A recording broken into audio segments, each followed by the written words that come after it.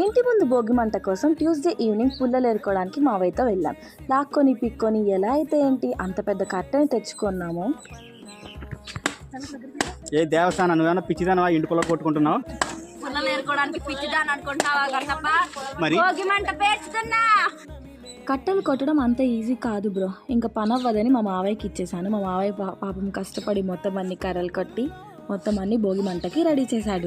కట్టెలు రెడీ చేసుకున్నాక డిన్నర్ అయ్యాక మా మావయ్య తెచ్చిన పూతరేకులు కూడా తిన్నాం. పూతరేకులు తింటున్నాం. మార్నింగ్ 3కి లేసి భోగి మంటలు స్టార్ట్ చేసాం.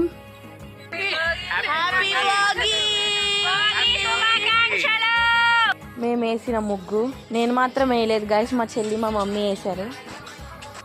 ఇంకా ముగ్గులన్నీ అయిపోయాక పూజ చేసుకొని పాటలు కూడా పాడుకున్నాం. మీరే వినేయండి.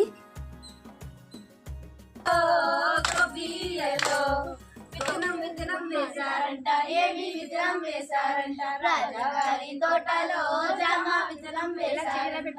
అవునాడే అక్కల్లారా చంద్రగిరి బామల్లారా బామ గౌరీ గోపిల్లో గోపియల్లో గోపి